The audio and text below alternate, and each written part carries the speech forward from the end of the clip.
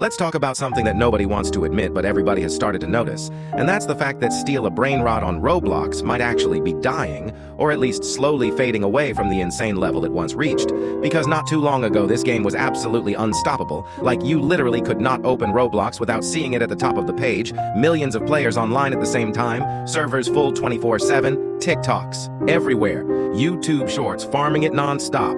Everyone talking about it at school, everyone making jokes about it, everyone hopping on just to see what the hype was about. And at its peak, it wasn't just popular, it was historic, pulling numbers that most Roblox games will never even come close to touching in their entire lifetime. But now fast forward to today, and the reality feels very different, because instead of seeing millions of players online, we're seeing hundreds of thousands. And yeah, that still sounds huge, but when you compare it to what it once was, it feels like a massive drop. And that's where the whole "is steal a Brainrot dying" conversation really starts. Because when a game goes from being everywhere to suddenly feeling quieter, people start to panic. People start to call it dead. People start making videos saying it fell off, and honestly, that reaction is kind of expected when you remember just how crazy the peak was. Because when something reaches that level of hype, there's almost nowhere to go but down. And Steal a Brainrot is a perfect example of that, since its rise was so fast and so explosive that it burned through hype at lightning speed. And now we're seeing what happens after the hype train slows down, with player counts dropping dramatically from those insane millions to only hundreds of thousands. And the word "only" feels weird to say, because hundreds of thousands of players is still a massive success on Roblox.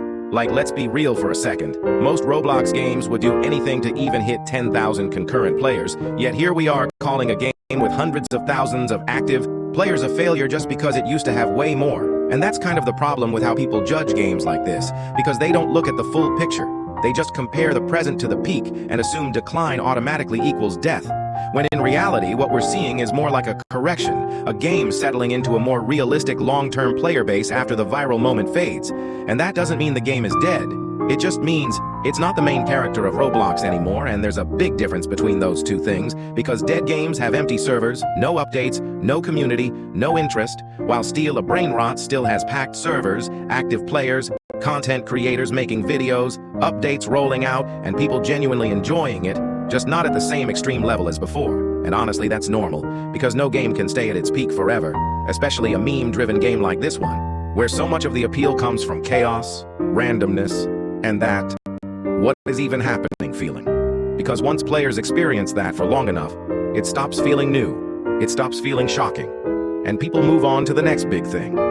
Which doesn't mean the original thing suddenly became bad, it just means it's not fresh anymore, and freshness is everything on Roblox, where trends move insanely fast. One month you're on top of the world, and the next month everyone's already talking about something else. And Steal a Brainrot rode that wave perfectly, but waves always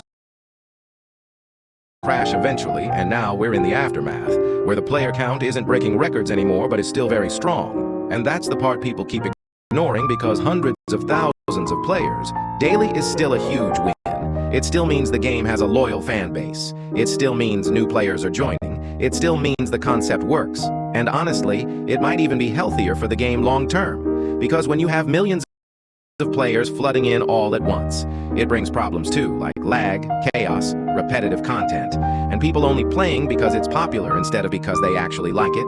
And once those players leave, what's left is the core audience, the people who genuinely enjoy the gameplay, the humor, and the vibe. And that's what really determines if a game survives, not whether it can constantly repeat a once-in-a-lifetime viral peak, because expecting Steal a Brainrot to stay at millions forever is unrealistic, and holding it to that standard is unfair, since even some of the biggest Roblox games in history couldn't maintain that kind of dominance forever, and a lot of them are still considered legendary even after their numbers dropped. So the idea that Steal a Brainrot is dying really depends on what you mean by dying, because if you mean it's not as popular as it used to be, then yeah, that's true. There's no denying that the player count has dropped dramatically. The hype isn't as loud, and it doesn't feel as unavoidable as it once did. But if you mean the game is failing, dead, or about to disappear, then that just doesn't line up with reality. Because a game pulling hundreds of thousands of players is still thriving by almost any standard, especially on a platform where competition is insane and new games are released every single day.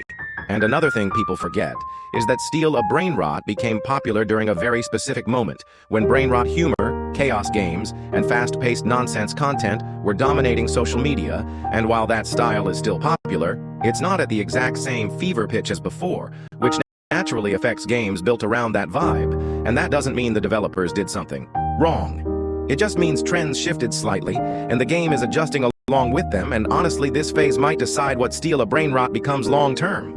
Whether it reinvents itself, adds new mechanics, leans harder into updates, or just stays as a solid fun experience that people come back to casually instead of obsessively, and either outcome isn't necessarily bad because not every game needs to be number one forever to be successful. Some games are remembered for their peak, others for their longevity, and Steal a Brainrot still has the chance to be both if it plays its cards right.